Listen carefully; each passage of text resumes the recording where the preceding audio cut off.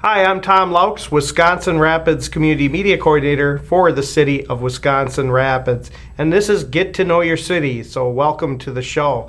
And today I have Dave Kerkman, our fire chief. Fire chief for 6 more days. 6 more work days. 6 more work days. And we're going to get to know him quite a bit better. We want to know how he started in his career and why he chose firefighting. It's a dangerous career, but it can be a fun one as well.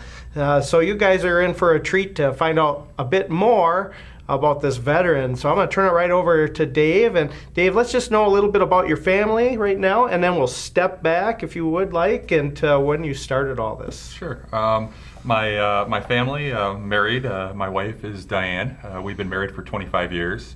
My oldest daughter actually goes to school in La Crosse, going to school in the medical field, not exactly sure what yet. She's going to be a sophomore this upcoming year, kind of learning the ropes there. This summer she actually worked at Gunderson in La Crosse, so kind of stay there and is trying to refine her skills of kind of what she wants to do. And then my youngest is going to be an 8th grader at Assumption High School, or excuse me, at the middle school this year. All right. Well, I worked at the Tribune, and it's been quite a while. I took your picture, I think, when you went it up to chief from deputy chief. Sure. And boy, that's maybe 15 years ago? Probably 15 years ago when I actually got into the management side. I actually became an assistant chief, 6 years as the fire chief. Okay. All right. Yeah. So, I mean, it goes fast. It does. Time just flies. Yeah. So, well, what started you in all this? Is it a young age? You go to college for it? Let's hear about it. Yeah, all of that. I actually grew up in the fire service. My dad was a firefighter from when I can remember, as a child, as a volunteer firefighter, and kind of worked his way up through the career, and actually retired as the fire chief for the town of Burlington Fire Department.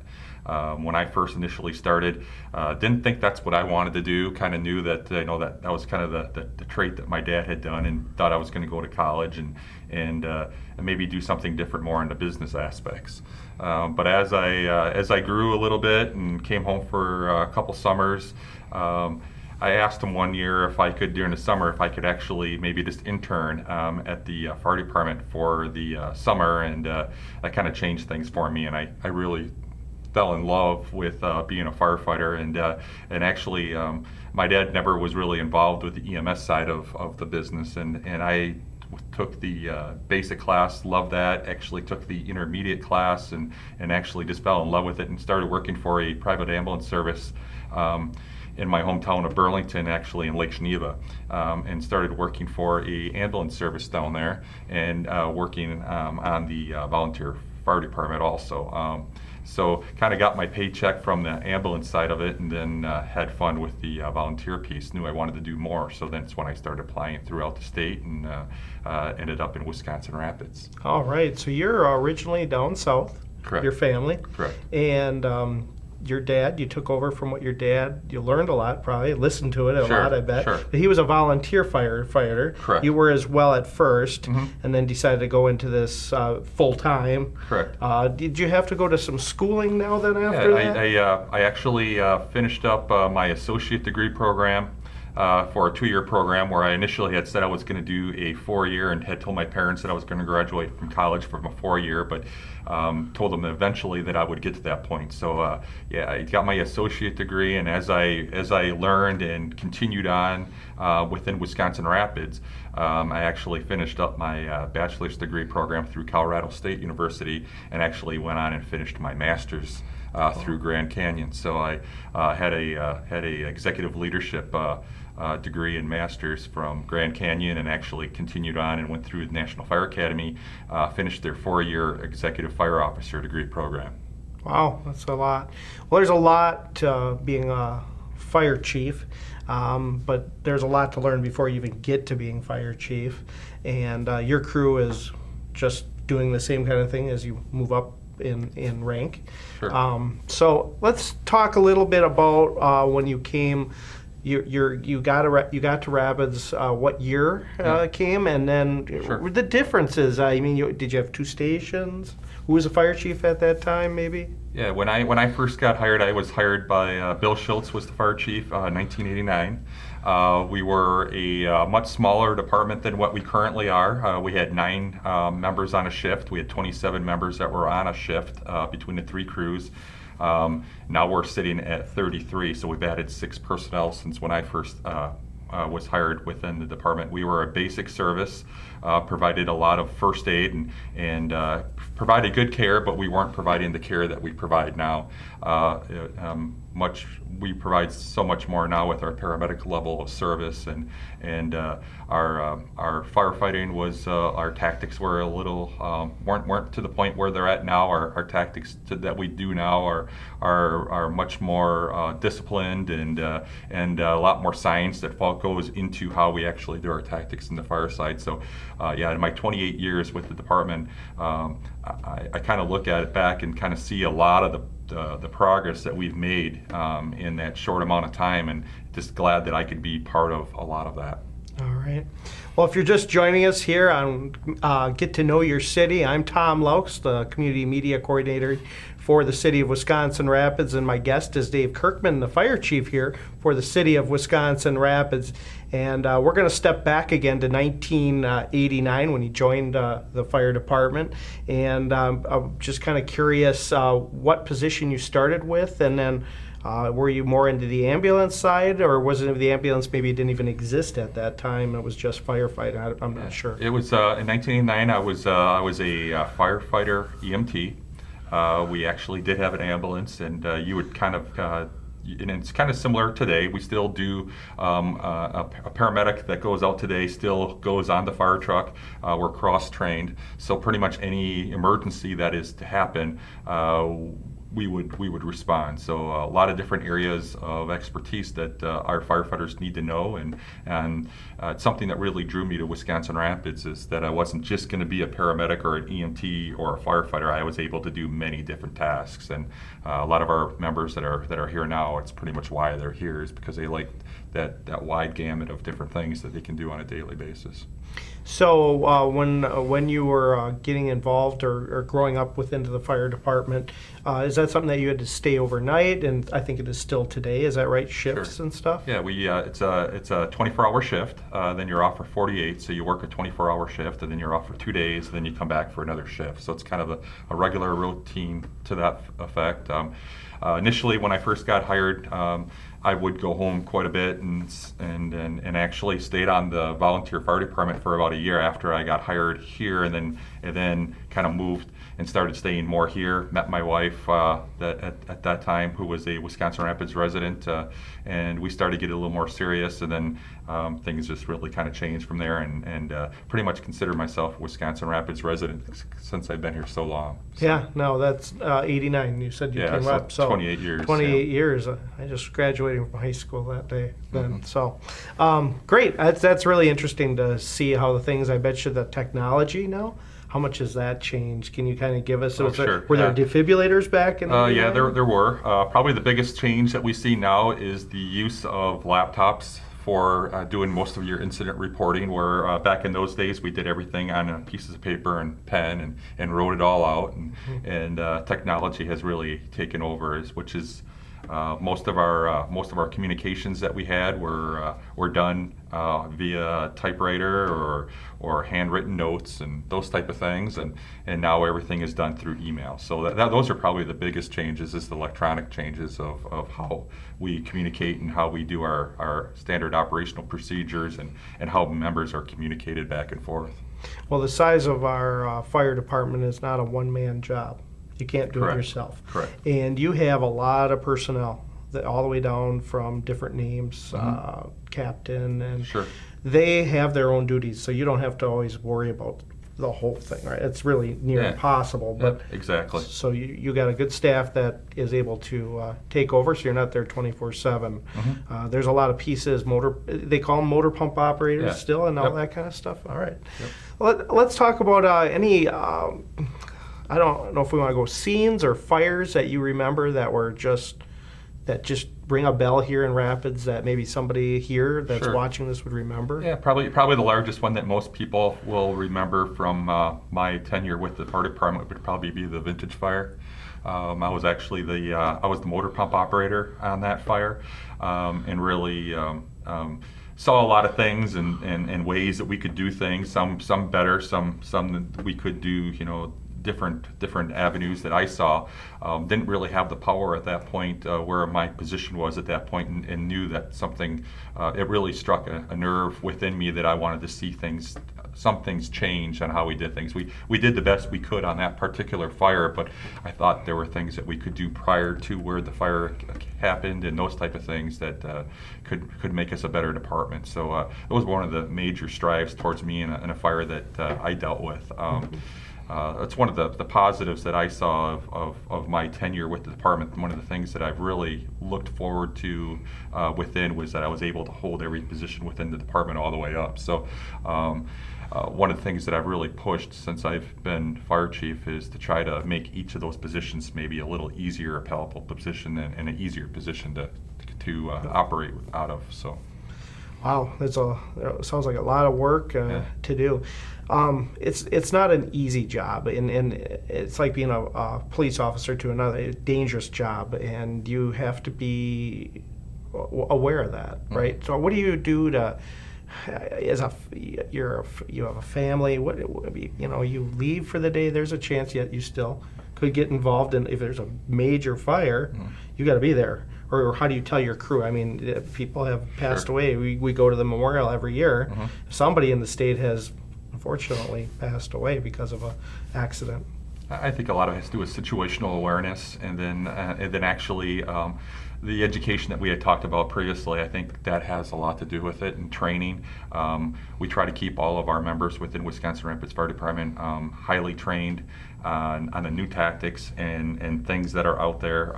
For an example, lightweight building construction is just taken over from when I first was hired within the Wisconsin Rapids Fire Department. A building that you normally could have stayed in for half hour to 45 minutes, now you can stay in for 5 to 10 minutes before it collapses because of lightweight building construction.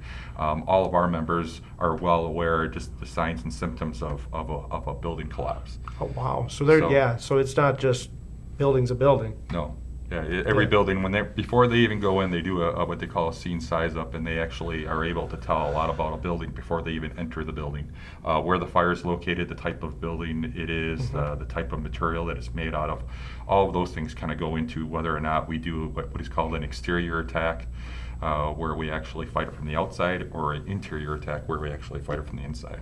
Yeah, and really the firefighters or the person that's in charge on scene know what to do when they see it. Exactly. Or you hear it from dispatch too, knowing a little bit about what's happening. Yeah, it gives them an idea on the way there of what it could potentially be. There's so many things that the incident commander needs to think about on the way there, besides the building, of the closest hydrant, wind conditions, all of those type of things. Well, winter, what's not so good? Harder when it's ice 20 below and you have a fire? I think it's always harder when it's really cold or if it's really warm out, and those are things that we've all dealt with in our years in the fire service, and I think things have improved a little bit with technologies, but still very difficult. All right.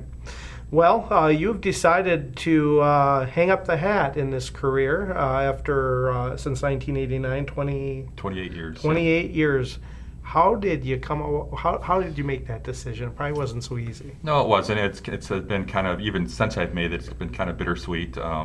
It's a decision that I decided to make to spend more time with my family. I've given the city of Wisconsin Rapids 28 years of my life, and I've enjoyed every minute of it, and wouldn't really want to do it any other way. But felt, and it's kind of an instinct inside. I remember years ago of a retiree that was leaving, and I think I asked him the same question of how did you know that it was time to go, and he said, "You'll know when it's time. You'll know." And I just had this feeling that it was time, and it was time to spend more time with my family. And even though I'm rather young, I think it gives me a little opportunities to be able to do other things, and not sure exactly what that's going to be yet, what my chapter 2 is going to be, but there'll definitely be something. But I initially wanted to spend some time with my family. As I stated, my youngest is 8th grader, very involved with sports, and I coach her in a lot of sports, and really wanted this to be there for that piece and spend a little more time with my wife. I never really have given her a lot of my 100% focus with my job is, and she's always been great in allowing me to, in the past when I said I wanted to become an assistant chief, and she said sure, that would be great. And then I said I want to become deputy chief, and then finally fire chief, and she's always been right there with me and supported that. So my time to give back to my family. It's not 8 to 5. You find yourself probably coming back to the station weekend, just back and forth calling in, right? There's times at the station, but more meetings, those type of things, meetings, away from the station that were after hours and stuff that I enjoyed doing. But after a while, it just kind of takes not nearly what it takes away from the members. When I worked on shift and I was there for 24 hours, there were a lot of family events that I missed.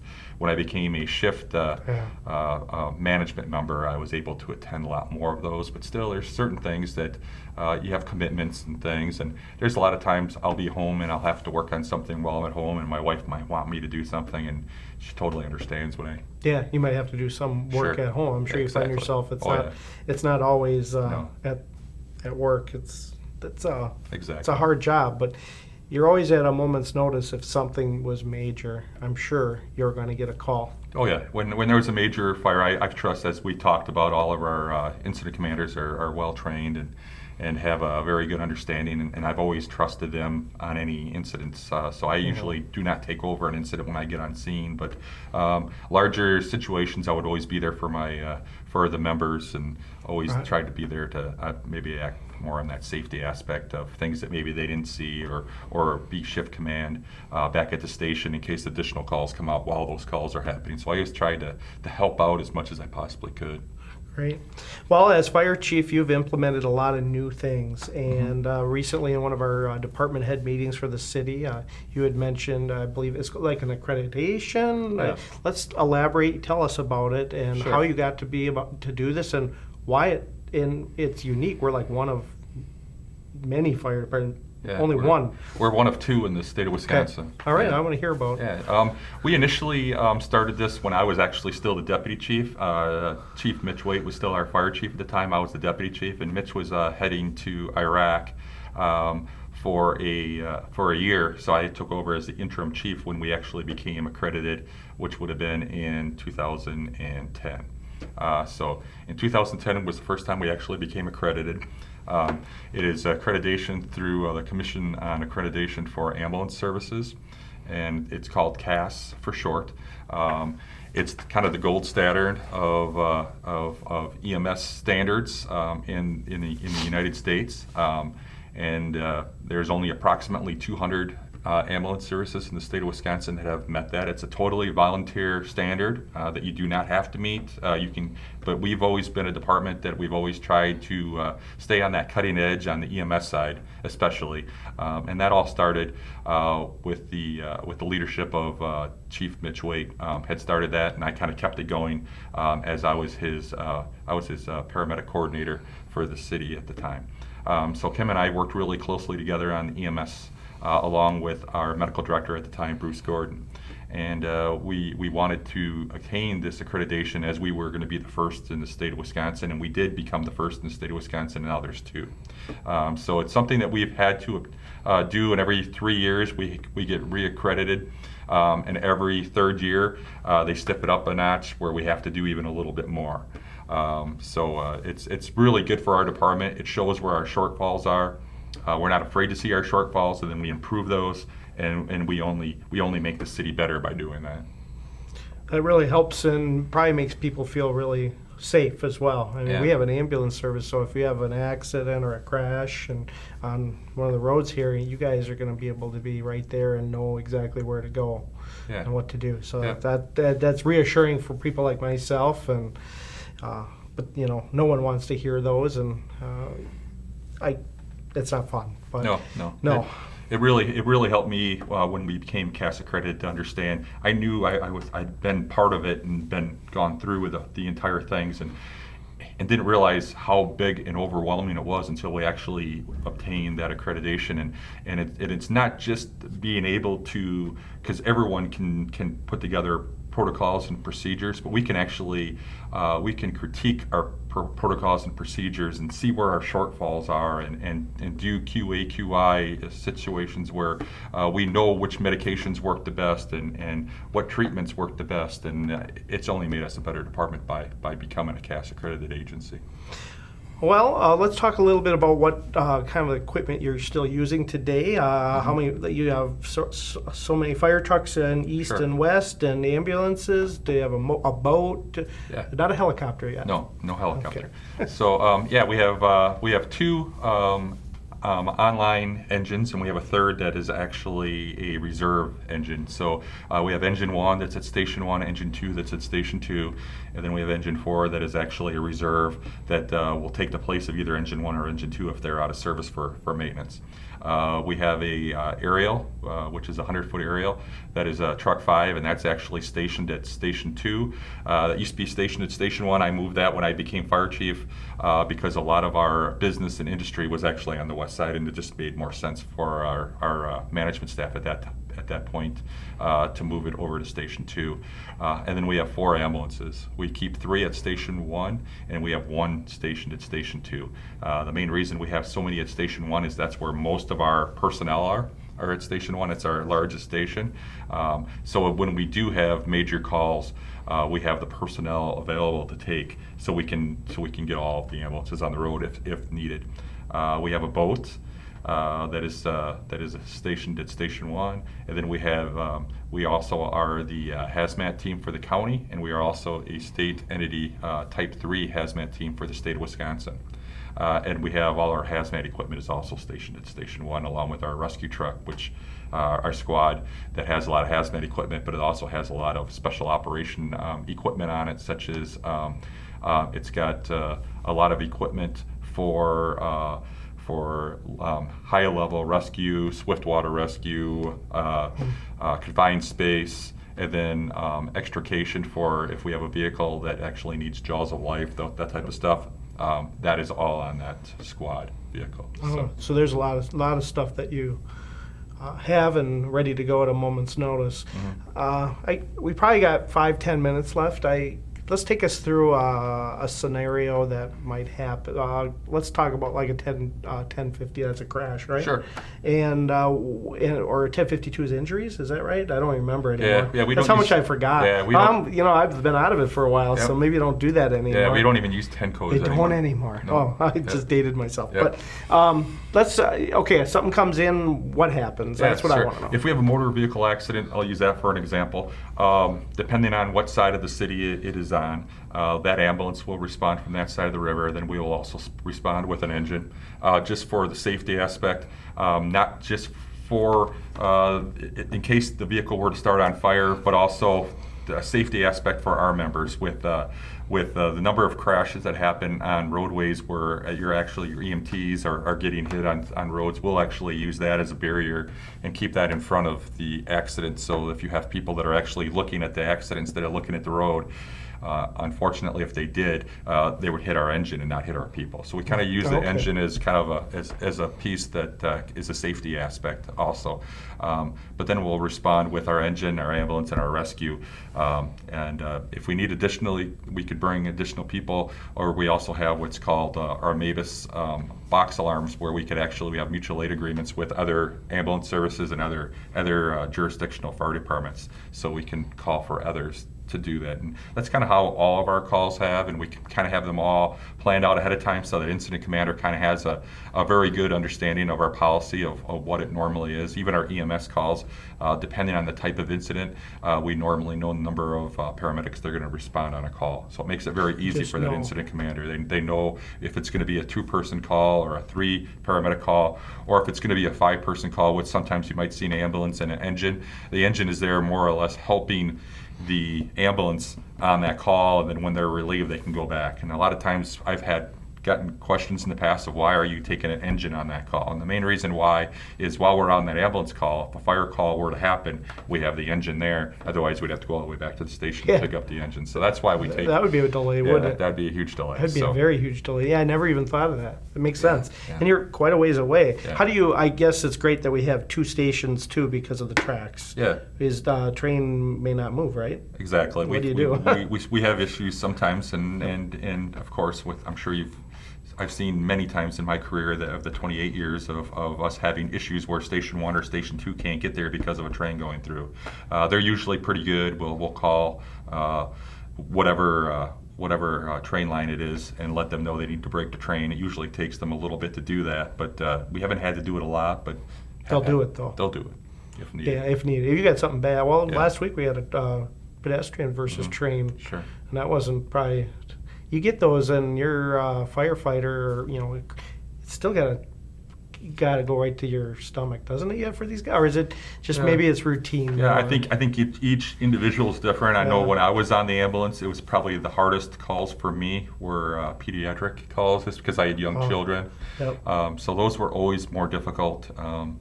Especially when my children were at that same age or as the child that we're treating. It makes it a little more difficult. But wow. Well, we're getting down on time. We got about 5 minutes.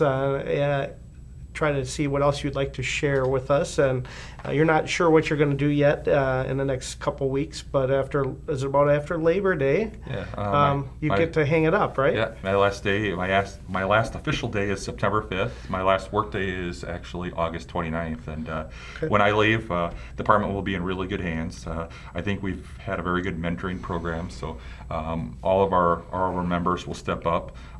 My deputy chief at this point is Deputy Chief Scott Young. He will be the interim fire chief until the Police and Fire Commission has decided who the next fire chief will be.